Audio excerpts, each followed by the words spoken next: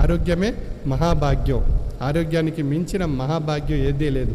ధనం ఎంత ఉన్నా కూడా హాస్పిటల్కి వెళ్తే ఆ డబ్బులు కరిగిపోతాయి తప్ప వైద్యం నయం కాదు, ఆరోగ్యం సమకూరదు. చివరికి మృత్యు శ్వాస దగ్గరికి పొందవలసిందే తప్ప ఇంకేమీ కాదు.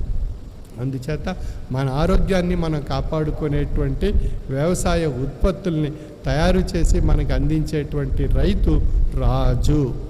కాబట్టి అటువంటి ఆ రైతు పండించేటువంటి ఆ పంటకు మనం ఆ యొక్క పంట ఉత్పత్తులకు ఎప్పుడూ కూడా మంచి విలువ కలిగిస్తూ ఉండాలి. అంటే ఆర్థిక ఉత్పత్తికి తగ్గ విలువ వారికి అందజేయగలిగినట్లయితే రైతుల యందు కూడా ఆసక్తి కలుగుతుంది.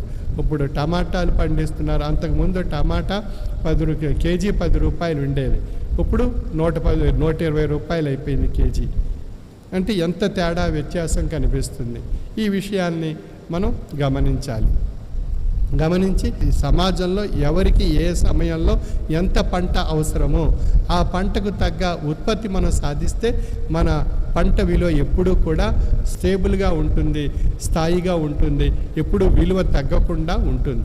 అందరూ 10 మంది అదే పంట వేశారని మనం కూడా 10 మంది అదే పంట వేస్తే ఆ సమాజానికి ఎంత కావాలో అంతే తప్ప మిగతా పైన పండిన పంట అంతా విలువ లేకుండా పోతుంది. కాబట్టి వ్యవసాయ శాస్త్రవేత్తలు, వ్యవసాయ ఆర్థికవేత్తలు చెప్పినటువంటి విషయాలను కూడా మనం దృష్టిలో పెట్టుకొని మనం ఎవరు ఏ సమయాల్లో ఎవరు ఎంత పంట వేయాలి, ఏ ప్రాంతాల్లో ఏది పండించాలి, ఏది ఎవరికి ఏ సమయాల్లో ఎంత అవసరమో అనేటువంటి ఒక విశ్లేషణతో మనం పంటలు వేసినట్లయితే మన యొక్క వ్యవసాయ ఉత్పత్తులకు చక్కని విలువ ఏర్పడుతుంది. కనుక ఈ యొక్క విషయాన్ని కూడా మన శాస్త్రజ్ఞులు, వ్యవసాయ ఆర్థికవేత్తలు సూచనలు కూడా మనం పరిగణలో తీసుకొని సేంద్రియ పద్ధతుల ద్వారా మనం ఎంతవరకు ఆ యొక్క రసాయనం ఉపయోగించాలి, ఉపయోగించకూడదు అనేటువంటి విషయాన్ని కూడా నిర్ణయించుకోవాలి.